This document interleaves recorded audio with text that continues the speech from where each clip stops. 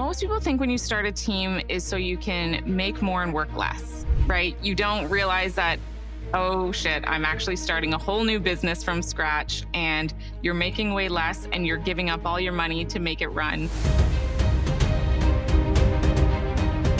Hey everyone, welcome back to the Reside Platform Podcast. I'm your host, Suneet, and today I've got someone who's not just playing the real estate game, she's rewriting the damn rules. Courtney's been a realtor for 13 years, but let's be real, that's not the headline. She's a mom, a team leader, a serial learner. I can't wait to talk about that. And a local community powerhouse. It's pretty cool. Something interesting about her is while 8 months pregnant, for those of you that don't know, that's quite a bit pregnant.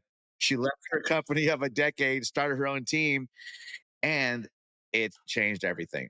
So now she's running a team, raising a family, and giving back to the Sarnia and District Humane Society, which I can't wait to talk about. So if you think you're busy, buckle up.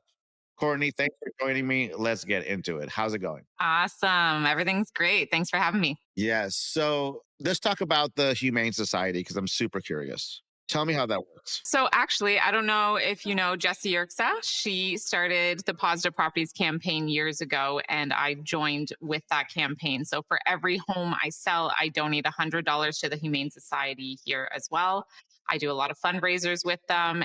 I'm all about supporting them. So How did you get into that? Is this a woman that you said, Jessie, is she a realtor also? she is also a realtor. Yep. She's out in New Brunswick. She's actually who brought me over to EXP as well. So her and I were some big names at her old company, and we all jumped ship fairly quickly together. So And what, you jumped ship when you were super pregnant? Is that what it is? I was 8 months pregnant, and my old boss thought I was just hormonal. And you know what? Maybe I was, but here we are. So yeah, what was going through your head? It was actually one of our other team members that pointed out the numbers to me. And I am not a numbers person, surprisingly. I've run tons of businesses and I have people that really run those numbers for me. But I know how to make money. I know how to run the business. I know how to do that side of things. But when she pointed out the amount of money we were giving to that company, it didn't make sense for us to stay. So we saw the benefit of changing.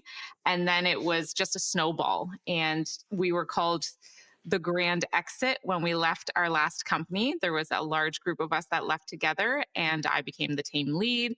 I purchased a building that we outgrew in 6 months. So it was a snowball effect. And, everyone jokes here that I was even writing an offer when I was in labor. So Were you? yeah, I was. I was a little bit crazy, but you know what? I'm a go-getter. There's no shut off on me for sure. Good for you, man. Like, I remember trying to work while my wife was giving labor, and that was even hard. Can't imagine actually being in the hospital trying to get it done. Yep. Yep. And during COVID. So you can imagine how that was. Oh, it was during COVID at the same time. Yeah. Did those clients, were they super grateful when you got in the house or what? Yes, I actually, during COVID, I lost only one client because I was actually one of the ones against getting the vaccine. So, and that was okay. So it was a huge dynamic change, but giving birth through it all was a whole new world in the hospital for sure. I think my second kid was born during COVID to 2021. Yep. Was it 2021? Yep. That's when my kid was born. Okay. Am I 2020? Okay. Anyways, before I try to spend the next 10 minutes trying to figure out what year it is, I went up 2021. So you guys were at some other brokerage, and then you got excited by EXP, which I think is super cool. And you guys just all bounced and you started the team. That's right. Yep. And the agents who came with you, you just became the team leader. Yeah. It made sense at the time. I was the one that was in the longest, and I kind of knew the systems, and I was already training them at the last company. So it just worked out. And then we grew from there. But we came during spring market while I was 8 months pregnant. It was just a whirlwind of events, but you know what? We hit the ground running and we just kept going. And some things we just had to go backwards in the fall when we slowed down to figure out. And that was fine. It all worked out. Yeah. How did you decide like who to bring on first for like the structure of the team? Like, were there any disasters or did you nail it? We did. It was interesting, actually. We decided to do one at a time to structure, what listings we had, what buyers we were working with, and what contracts we had on the go. However, when we got to the tail end of our group, most of them were very upset with the dynamic change at our last company and some of the responses to us leaving, there was a lot of unprofessional situations that we were surprised about. So they jumped ship a lot quicker and we were just like, you know what, whatever, just come, right? No one wants to be in a toxic environment. So when that started happening, it was just everyone jumped. Wow. Yo, when I opened up my first brokerage, we were somewhere else. And I was really upfront for months. I was gonna open. And then I was in San Diego at a conference, shocker. Those were the heavier conference days. Yeah. Just dropped my license. And then so then we all and I had like 40 escrows or something, bunch of listings. So then we opened up the brokerage like really quickly from the conference. Yep. Right. Like, and then You just do what you got to do, right? So, yeah, and then but then the other firm wouldn't transfer all the deals, so one of my dudes had to go back over there and close them all out wow. from a conference, from a pool in San Diego. I always say, like, never leave on a bad note, but I never expected the broker to push it on a bad note, right? Because I could have jumped ship and then changed my mind 2 seconds after and been like, what am I doing? But Yeah. I mean, like there was definitely moments. my approach, because I've owned real estate companies for a very long time, is my approach is go through the front door always. Yeah. Right? Always go through the front door. Every place I left, it was a sit down conversation every single time, right? A sit down conversation. But some people don't see it that way, and that's okay. Anyhow, so you started a team and were a new mom, and it was during COVID. What was that like? It was a lot. I did a lot of therapy before I had my child, so I was prepared for most of it. I was very fortunate that my husband was able to take pat leave, so that was very helpful during that time. That is cool. Yeah, so he took some time off during that and was very helpful with the baby, and his family came down to help a little bit as well. But it was really cool because the dynamic of my team is everyone else had already had kids. So I'm a little bit older having my first kid, and I was learning from them how to be a mom, and they're learning from me how to be a realtor. So it was a really cool dynamic shift. Yeah. Yeah. So you would bring him to work, and the other ladies there would help out because they knew what to do. For sure. Yeah. Like I still do. Like he's got a little toy room in the office over there and stuff. So, Oh, that's awesome. So he was raised up in the office. that's right. And he is, oh gosh, he's so much like me. It's crazy. It's scary, actually. But There's gonna be two of you guys. Watch out. like he's so stubborn and he's a go getter and he's a little crazy boy. But it was working during that time was cool and awesome all at the same time. But I also wanted to be with him. And that was something I had to learn that was okay to not be around him all the time, but also okay to want to be around him all the time. So, Look, if you're a business, I think that's super cool. Like I'm very fortunate that my wife's a stay-at-home mom, right? So that she was always able to be with the kids, especially right when they're little like that. And that's important as hell. Yeah. And it's cool that you had the support group at the office yeah. Yeah. They still support me. I'm still learning. to watch him like during a quick showing, like, hey, I gotta go show this. That's Oh, yeah. Yep. They were all there for me. It was awesome. awesome. Yeah, that is awesome. Walk me through like a typical day for you now. What's your daily rhythm? Well, Bo just started school, so I'm learning a little bit different of a day now. But normally, and it's always a joke that I come to the office super early before anyone, and I walk down the street and I have coffee with a group of old men. And I've been doing that for like 10 years, right? Like that's just my thing. And I get to know people in the community and, what's going on in their life. And now that's adapted to they all know I'm a realtor. They all know we have this team right down the street. So it's a good way for me to learn to have that calm before the storm in the morning. And it'll, yeah, right? Like everyone needs something before you hit the ground running for work. So I sit there for a good hour usually in the morning with everyone. One of them is like a counselor on in our with our mayor down here. So it's great to speak to her and see what's going on and what's coming up in the community. So we stay connected. We're a very small community here. So I love doing that. Then I go to the office, I get ready, I make sure I have all the things that I need to do first. I am very strict on my calendar. My calendar tells me what I'm doing each day. So we have meetings, we have trainings. I teach the team. I do the agent development program with our team. So that's 5 days a week. And then, of course, I still have my clients, right? So I'm doing all that in a day. Usually, as we all know, we hunt in the morning and eat in the afternoon for our appointments.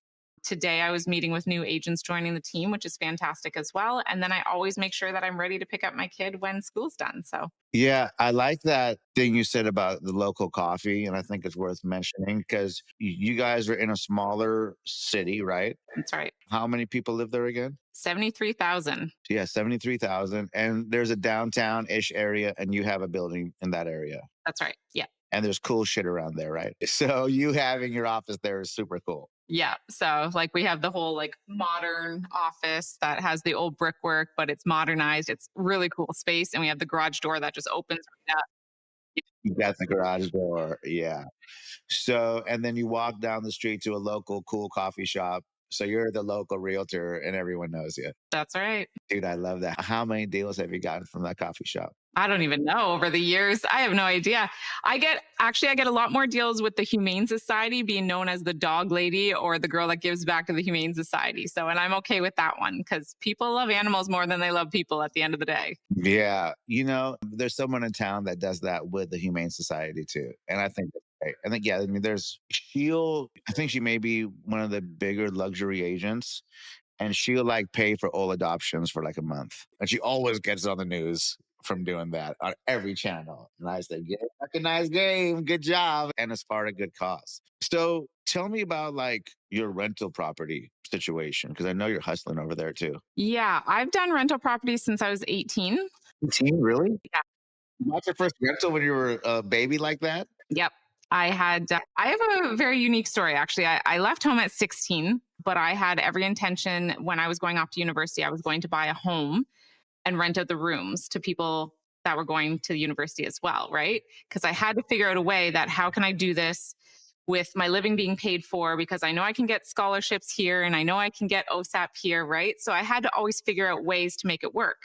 So yeah, so that's what I did. I had a small amount of money when I was like 11. I received 5 grand from when my stepfather passed away. So I had that saved in an investment. And then over time, I used that as the down payment. So I learned very young, you have to figure out how to make money work for you. And so I purchased that home. I rented the rooms out for 475 each. I remember it to this day. Oh, good price. Yeah. Yeah. And then that home obviously built equity while I was at school. It paid for my living. I graduated university. And then when I came back to my town, I sold that property and started buying up here. So now I have multiple units. We have 2 commercial buildings with residential units in them as well. So that's my that's kind of my baby, but the landlord tenant act is not that great these days. So it's really changed my dynamic and searching more for the commercial side. Like I would love to do a full apartment building next, but I also just built my dream home. So I have to step back for a year to get back into the financial side to do that again. Yeah. So you're buying all local stuff mostly? Yes. So be a local property baron. Is is that the goal? Well, I've been doing it for so long, right? Like that's over 20 years now that I've owned these properties and they've never been vacant. I've done a great job with them and my tenants refer me people. They even refer me business all the time. So it's been great. Yeah. Yeah. I love that like real realtor vibe shit that you're doing, man. Like it's not all about like chasing leads or like some tech and it's like real realtor stuff. I really like that. And getting it into everything, like the coffee shop and the rental properties. That's very cool. What's something fun or different you do with your team that keeps everyone from wanting to strangle each other? We do strangle each other. We do act like brothers and sisters in here. So we kind of joke about that because there are days where we keep each other like way too accountable sometimes. But we always, we celebrate each other too, right? So like tomorrow we'll be going out for lunch because it was Kirsten's birthday last week while we were gone. So we always celebrate birthdays by going out for lunch. We always hang out. We even have in our calendar when certain movies come out that all the girls go to. But we're a team. Even we've gone away together, like Portugal, we just all went away together. So it's No, they came too. half of our team went. Yeah. So, and it was for Rick. Rick's on our team. He turned 40 and he's Portuguese and he'd never been to Portugal. So we had been planning this for like a year. Oh, it was a team trip. I thought it was you and some friends. Okay, cool. No, that was part of our team. Yeah. Something fun or different is you go to friggin' Portugal. Like I've never heard anyone going to not to Europe. Yeah. How long of a flight is that for you, though? Close or far? That was, I think it was 7 hours there and 8 hours back. Okay, so far enough. Yeah.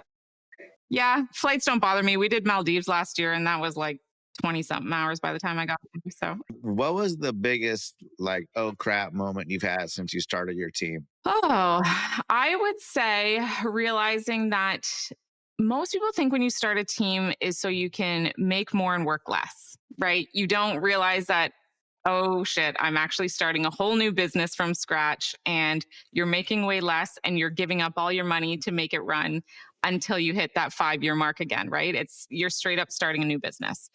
I wish someone warned me that.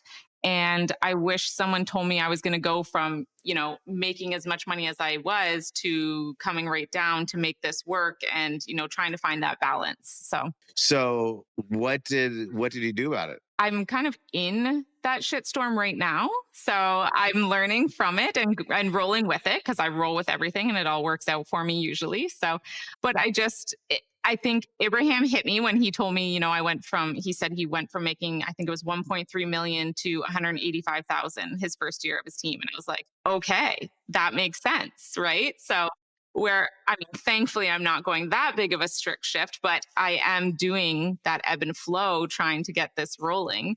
And as we all know, KFR, once we get that new blood in here, it always works out better. So I'm in that valley of despair right now, but I think we're coming up and I think next year's going to be great. So Yeah, I mean, that's the thing, right? It's like it's a myth. It's an untrue myth. It's a wives' tale that starting a team makes stuff easier for most, right? It totally is. You just really made me think about that valley of despair. I almost went into my coaching hat, KFR. So, what's something between us that people who run a successful team don't talk about but should know? the money side, The money side. that valley of despair for sure. I wish someone talked about that more because even being a business owner, I've been multiple business owners. Like it's something you don't think about until you're in it. Like, my assistant the other day, she's like, okay, our team cost us 95 grand this year. I'm like, oh, okay. So, are you taking listings? I hope. I do still work with my return referrals only, and everything new gets given to the team. Okay, good. It lets you find time because, like, if you think about it, like even like, what's the most profitable business to start? Can you answer that? Real estate. Yeah, real estate, right? Like, because anything else, what am I going to do? Open like a franchise restaurant? Yeah, I would never. Or like, I almost opened up a Subway once, and I'm glad I didn't. I had a lot of family that opened up Subway restaurants, and I heard that their business got cracked when that dude got arrested for whatever he did, right? I don't even know about that. Yeah. Do you know what a Subway is? Yeah. Yeah, we have subways here. Yeah, so the guy, Jared, the big overweight guy who lost a bunch of weight, he got arrested for like something bad to do with kids. Oh, I did not know that. Okay. Okay. Yeah, well, that's why. Yeah, so changing topics. Yep. I mean, I've also I owned a tanning salon and spa for 10 years as well. So those types of businesses, you're basically keeping them open for people to have jobs, right? Like at the end of the day, you're not making a killing off them. So that I also closed that down when I gave birth as well, because I had to make that decision. Something's got to give here. So Oh, really? So tanning salon and spa. What kind of spa service is yeah, like I had the tanning, I had the hair, I had the aesthetics, all of the things. And I had that business for 10 years. I opened it basically when I started real estate as well and closed it during COVID. Yep. Oh, wow. Do you ever want to get back into that? Never. Nope. What about so here's the question. Okay, so you're in Canada. What province are you? Ontario. Ontario. What's a big city that's in Ontario in that province? Toronto. Toronto's 3 hours from me. Okay, so there you go. Just so everybody gets it, she's outside of Toronto, which is a big, very cool metropolitan city. Like very cool. One of the coolest cities I've ever been to by far. Would you agree that it's a cool city? It's too busy for me, but yes. I mean, like textbook cool city, right? Yeah, sure. So in Ontario province, are a lot of people getting into home service businesses? Because that's a big thing here in the US right now. So we can't do a lot of the things that you guys are doing, right? Tell me, like, you guys can't do pest service or roofing? Yeah, I think we have like one pest service person in our area. The people that got into roofing, there's a lot of people that created bad names there, so that's starting to be a little more regulated. It's interesting. So Wow. It's a big thing here to where my friends are actively trying to buy these home service companies. interesting. Okay, well maybe they should come here and do so too. Yeah, that's like maybe, right? There's only one guy doing pest service. I have a new kid knocking on my door 3 days a week trying to sell me pest service, Courtney. Interesting. Okay, yeah, nope, that's not here. Yes. There you go. Talking about business. I don't know. Maybe there's opportunity. All right. So you're a self-described serial learner. Is that right? I am a huge nerd. Yes. Yep. Nerd? Like a self-development nerd? I actually have 9 university and college degrees. So I'm just a huge nerd. I love school and I would have been a professional student if it made me money somehow. So, yep. My parents are professors with multiple degrees, and I grew up on a college campus, so I definitely get it. Yeah. What are some of the things you like to nerd out on the most? Well, I actually originally went to university to be a criminal defense lawyer. So I'm really big into like the crime side of things, oddly enough. And like the psychology and sociology side to like really get to know people, which has really helped in this business, anyways, right? What book are you reading right now? I'm actually reading 3 different books, and one of them I just picked up in Portugal is, oh God, I shouldn't even admit this, How to Kill Men and Get Away with It. So I used to read a lot of like self-learning books for work, and through therapy, I've taught myself that I actually shouldn't be reading workbooks. I need to read stuff to get my mind off of work. So I dive into a lot of other things now. Yeah.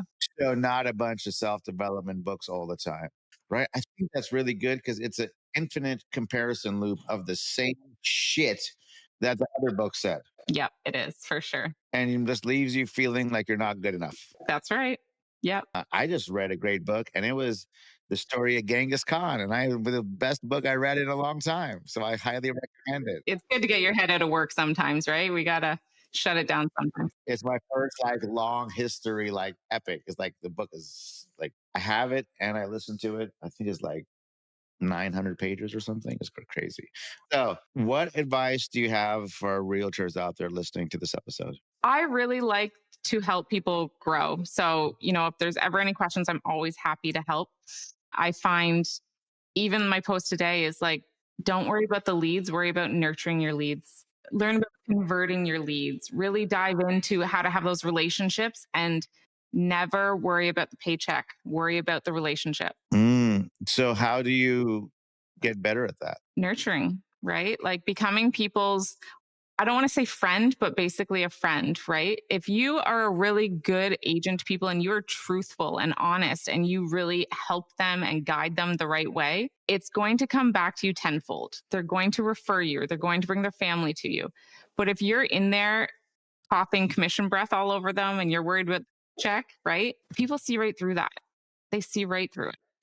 So, how do you not worry about the commission check for the person that needs it so bad? I've never thought about the check. If you need it that bad, then you'll want to nurture it properly, right? If you need it that bad and you just go for that check, that's going to be the only check you're going to get. You should write that into a post right away. That's really good. That's really good. I will tomorrow. Schedule it out, right? Yeah. Okay. If somebody wants to learn more about you, send you a referral, how do they do it? At CourtneyLevert.ca. And you can reach out to me on Instagram at Court Hall Realtor. That is my married name that I just haven't bothered changing yet. So it's only been 2.5 years. I'll get there. But yeah, I'm on Instagram, Facebook, and yeah, CourtneyLevert.ca. You can always book a call with me. I do also do coaching, and I have your free first call. So yeah. Good. What are some things you do in your coaching program? I am all about helping new agents grow, especially those agents that are just doing the basic, 5-6 deals a year, and I want to get them up to 20. Whatever their goals are, I can adapt that coaching to them. So yeah. Oh, cool. Awesome. So you guys go reach out to Courtney. We'll drop her links in the show notes. And thank you, Courtney, for hanging out with me today. And everybody else, I really hope you got something out of this episode. If you did, make sure to like, subscribe, and share with a friend. And we'll see you in the next episode of the Reside Platform Podcast.